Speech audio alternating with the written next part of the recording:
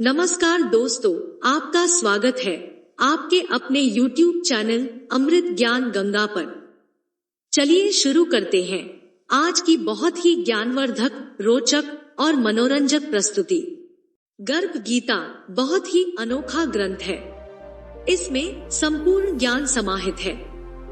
गर्भ गीता ये भगवान श्री कृष्ण और अर्जुन के मध्य का संवाद है। गर्भ गीता में भगवान श्री कृष्ण अपने प्रिय भक्त अर्जुन के प्रश्नों के उत्तर देते हैं।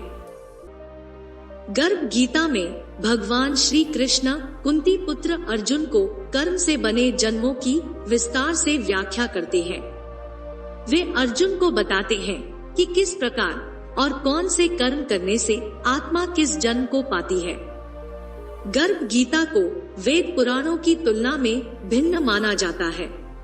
भगवान श्री कृष्ण जी ने कहा है कि जो प्राणी इस गर्भ गीता का सद्भावना से विचार मनन करता है, वह फिर गर्भवास में नहीं आता है।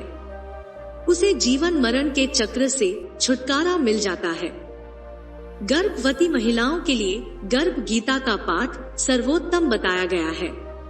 जो गर्भवती महिला गर्भ गीता का श्रवण करती है, उसका गर्भस्थ शिशु अच्छे संस्कार ग्रहण करता है। जन्म लेने के बाद वह आदर्श जीवन व्यतीत करता है। गर्भ गीता में बताया गया है कि जुरुदीक्ष क्या होती है, हरि ओम का अर्थ क्या है और जगन्नाथ कौन है। मनुष्य आत्मज्ञान को कैसे प्राप्त करता है, वह कैसे मोक्ष या मुक्ति प्राप्ति करता है। इस गीता में ये भी बताया गया है कि किसी मनुष्य की पत्नी जवानी में ही क्यों मर जाती है, पिता से पहले पुत्र की मृत्यु क्यों होती है। इन सभी प्रश्नों के उत्तर इस गर्भ गीता में विस्तार से दिए गए हैं। आइए आज हम भी भगवान श्री कृष्ण और अर्जुन के संवाद के द्वारा गर्भ गीता के बारे में विस्तार से जानते हैं। अर्जुन भगवान श्री कृष्ण से पूछते हैं, हे मधुसूदन, आप मुझे ये बताने की कृपा करें कि प्राणी अपनी माँ के गर्भ में आता है तो वह अपने किस गुण दोष के कारण आता है। हे प्रभु, प्राणी जन्म से पहले गर्भ में कष्ट पाता है। वह जन्म से पहले ही असहनीय पीड़ा पाता है। जन्म लेने के बाद भी उसे कई प्रकार के रोग लग जाते हैं। वह रोग पीड़ा के कारण भी अपने जीवन में दुखी रहता है। इतने पर भी उसका दुखों से छुटकारा नहीं होता, बल्कि वृद्ध अवस्था में उसे अनेकों रोग घेर लेते हैं। अनेक प्रकार के दुख भोगने के बाद उसकी मृत्यु हो जाती है। हे स्वामी, आप मुझे बताएं कि वह कौन सा कर्म है जिस कर्म के करने से प्राणी जन्म मरण के चक्र से छुटकारा पा लेता है। किस प्रकार से मनुष्य जन्म मृत्यु के दुख से बच सकता है। भगवान श्री कृष्ण अर्जुन के प्रश्न का उत्तर देते हैं, हे अर्जुन, जन्म और मृत्यु का बंधन तो सभी प्राणियों की नियति है। इसका अर्थ ये है कि जिस भी प्राणी ने इस मृत्यु लोक में जन्म लिया है, उसकी मृत्यु होना निश्चित है। जो प्राणी इस संसार के नष्ट होने वाले पदार्थों से प्रेम करते हैं, इस संसार की नश्वर वस्तुओं की इच्छा रखते हैं, इस संसार की दौलत और ऐश्वर्य पाने की कामना तो करते हैं, परंतु भगवान की भक्ति से विमुख रहते हैं। वह बार बार अलग अलग योनियों में जन्म लेते हैं। वो गर्भ की पीड़ा, जीवन में विभिन्न प्रकार के रोग और दुखों को भोगते हैं। अर्जुन पूछते हैं, हे श्री कृष्ण, हे माधव, संसार की मोह माया से मुक्ति तो संभव नहीं है। ये मन मदमस्त हाथी की भांति है। तृष्णा इसकी शक्ति है। ये मन तो 5 इंद्रियों के वश में है, 5 विकारों के वश में है। ये 5 विकार काम, क्रोध, मोह, लोभ और अहंकार है। माया मन को हर लेती है। इन 5 विकारों में अहंकार सबसे प्रबल है। मनुष्य को अहंकार नरक में ले जाता है। हे जनार्दन, इस मदमस्त हाथी को वश में कैसे किया जाए। अर्थात मनुष्य को कौन से प्रयत्न करने चाहिए जिनसे मन को भक्ति में लगाया जा सके। भगवान श्री कृष्ण उत्तर देते हैं, हे अर्जुन, हे पांडु पुत्र, निश्चय ही ये मन एक हाथी की भांति है। तृष्णा इसकी शक्ति है। मन 5 इंद्रियों के वश में है और अहंकार इनमें श्रेष्ठ है। लेकिन जिस प्रकार मस्त हाथी को वश में करने के लिए महावत अंकुश का प्रयोग करता है, वैसे ही मन रूपी हाथी को वश में करने के लिए ज्ञान रूपी अंकुश है। मन को वश में करने के लिए ज्ञान रूपी अंकुश का प्रयोग करना जरूरी है। अहंकार करने से जीवन नरक बन जाता है। भक्ति और ज्ञान अभ्यास करने से ही प्राप्त होते हैं। इसके बाद अर्जुन कहते हैं, हे जनार्दन, कुछ प्राणी तो आपकी भक्ति प्राप्त करने के लिए जंगलों में, वन खंडों में घूमते फिरते हैं और कुछ प्राणी सांसारिक मोह माया छोड़कर इधर उधर भटकते रहते हैं, वैरागी बन जाते हैं।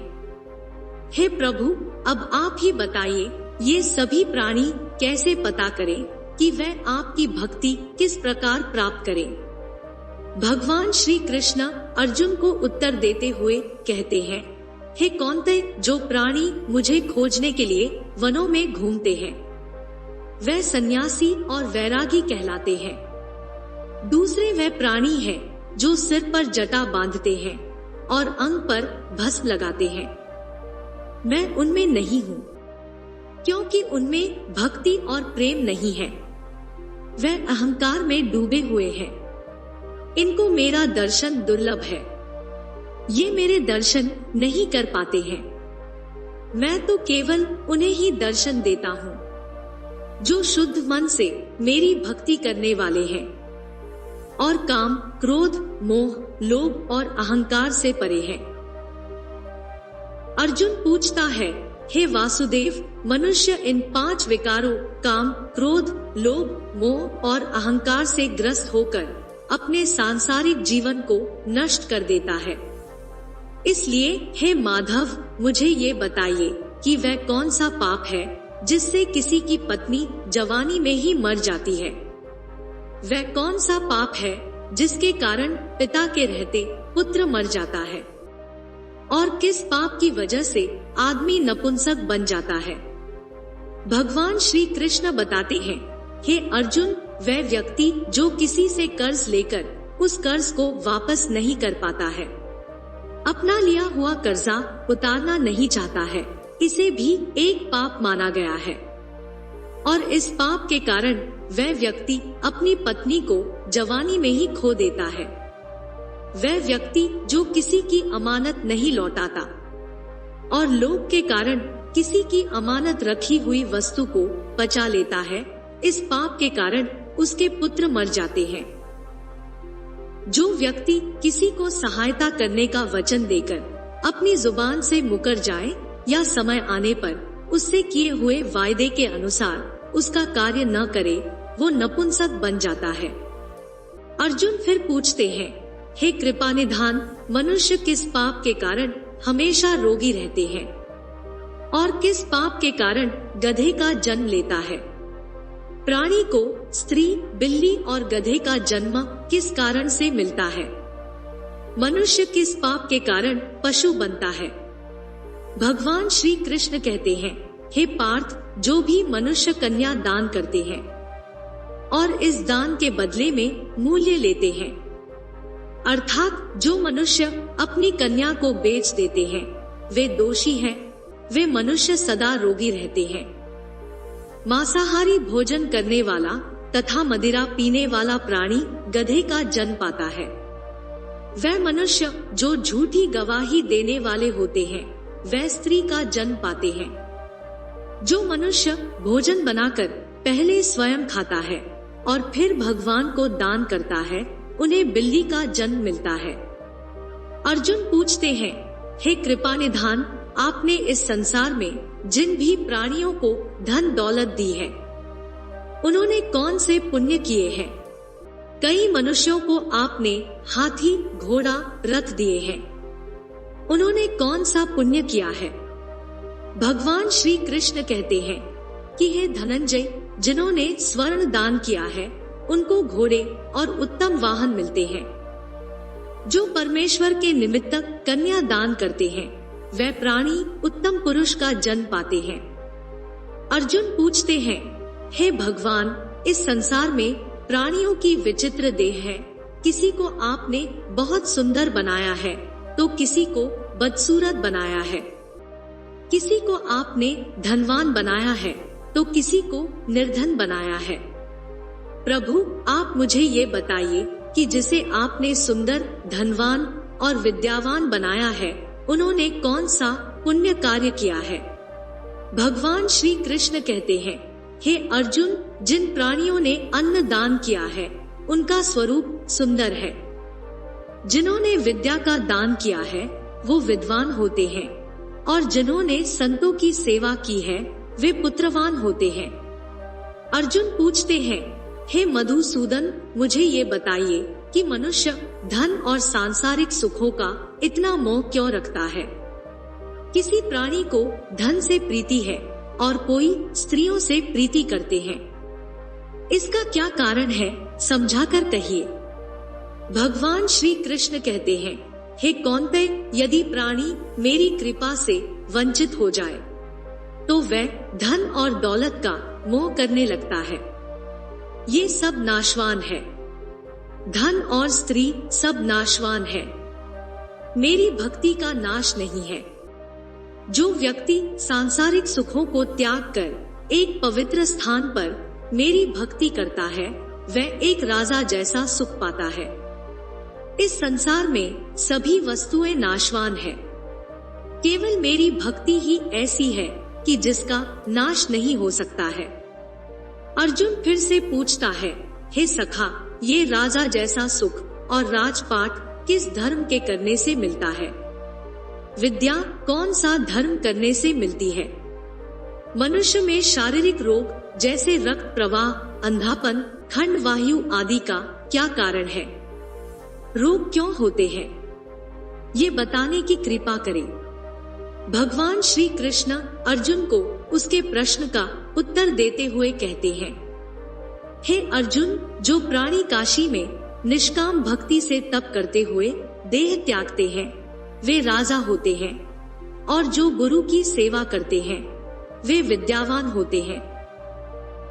जो प्राणी मेरी भक्ति से विमुख होकर माया में लिप्त होते हैं वे रक्त प्रवाह, अंधापन, आलस्य, दरिद्रता, खंड वायु आदि रोग से ग्रसित होते हैं। जिसने परमेश्वर का कार्य और पराया कार्य संवारा है ऐसे वे मनुष्य रोग से रहित होते हैं। अर्जुन पूछता है, हे भगवान, आप मुझे ये बताएं कि किसी को अचानक बिना किसी परिश्रम से धन मिल जाता है, इसके लिए उन्होंने कौन सा पुण्य कार्य किया है। भगवान श्री कृष्ण कहते हैं, हे अर्जुन, जिन्होंने गुप्त दान किया है उनको अचानक धन मिलता है। अर्जुन पूछता है, हे भगवान, आदमी कौन से पाप से अम्ली होते हैं और कौन से पाप से गूंगे होते हैं और कौन से पाप से कुष्ठी होते हैं। भगवान श्री कृष्ण कहते हैं, हे अर्जुन, जो आदमी नीच कुल की स्त्री से गमन करते हैं वो अम्ली होते हैं। जो गुरु से विद्या पढ़कर मुकर जाते हैं सो गूंगे होते हैं। जिन्होंने गौघात किया है वे कुष्ठी होते हैं।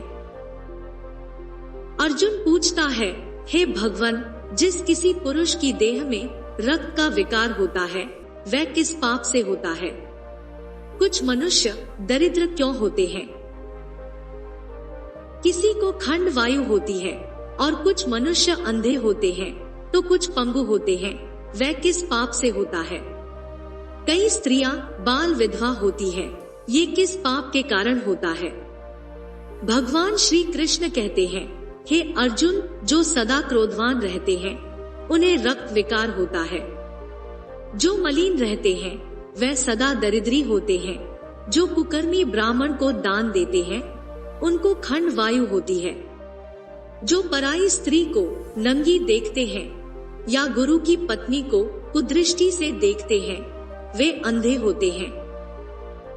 जिसने गुरु और ब्राह्मण को लात मारी है वो लंगड़ा व पंगु होता है।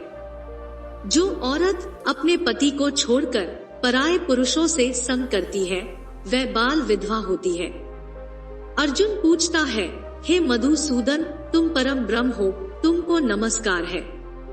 पहले मैं आपको अपने संबंधी के रूप में जानता था, परंतु अब मैं आपको ईश्वर रूप जानता हूँ। हे परब्रह्म, गुरु दीक्षा कैसी होती है? कृपा करके गुरु कौन हो, कैसा हो, इसके बारे में भी कुछ बताने का कष्ट करें। भगवान श्री कृष्ण बताते हैं, हे अर्जुन, तुम धन्य हो, तुम्हारे माता पिता भी धन्य है, जिनके तुम जैसा पुत्र है।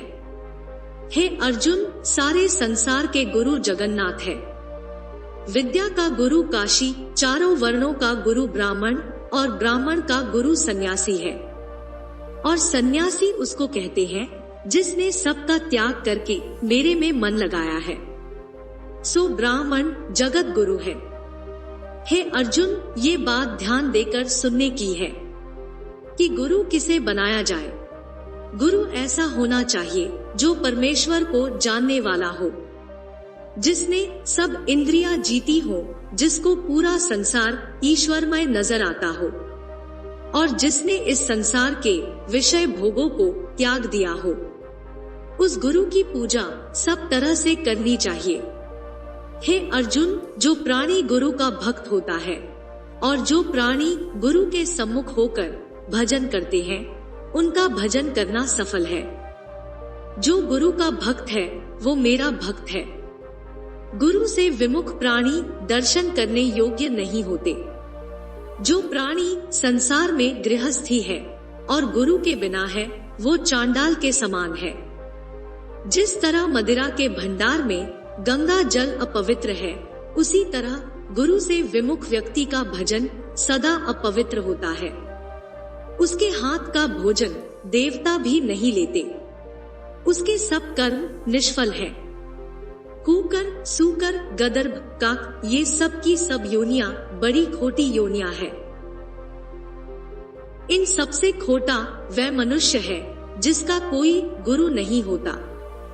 गुरु के बिना प्राणी की गति नहीं होती। गुरु के बिना प्राणी अवश्य नरक को जाएगा। गुरु दीक्षा के बिना मनुष्य के सब कर्म निष्फल है। हे अर्जुन, जैसे चारों वर्णों को मेरी भक्ति करना योग्य है, वैसे ही गुरु बनाकर गुरु की भक्ति करना योग्य है। जैसे गंगा नदियों में उत्तम है, एकादशी का व्रत सब व्रतों में श्रेष्ठ है, वैसे ही हे अर्जुन, शुभ कर्मों में गुरु सेवा उत्तम है। प्राणी गुरु दीक्षा बिना पशु योनि पाता है। जो धर्म भी करता है उसका फल भी पशु योनि में भोगता है। वह 84 योनियों में भ्रमण करता रहता है। हे अर्जुन, जो प्राणी गुरु की सेवा करता है उस पर मेरी प्रसन्नता है। वह 84 योनियों से छूट जाएगा, जन्म मरण से रहित हो, नरक नहीं भोगता। जो प्राणी गुरु की सेवा करता है उसको कई अश्वमेध यज्ञ का पुण्य का फल मिलता है। गुरु की सेवा मेरी सेवा है। हे अर्जुन, हमारे तुम्हारे इस संवाद को जो प्राणी पढ़ेंगे और सुनेंगे वो गर्भ के दुख से बचेंगे। उनकी 84 योनियां कट जाएगी। इसी कारण इस पाठ का नाम गर्भ गीता ज्ञान है। इसे अर्जुन ने श्री कृष्ण भगवान जी के मुख से श्रवण किया है। गुरु दीक्षा लेना उत्तम कर्म है। उसका फल ये है कि जीव नरक की 84 योनियों से बचा रहता है। भगवान बहुत प्रसन्न होते हैं। आपको हमारी यह प्रस्तुति कैसी लगी कमेंट करके जरूर बताएं। आपको हमारी यह प्रस्तुति पसंद आई हो तो वीडियो को लाइक करें, चैनल को सब्सक्राइब करें। वीडियो को अंत तक देखने के लिए आपका बहुत बहुत धन्यवाद।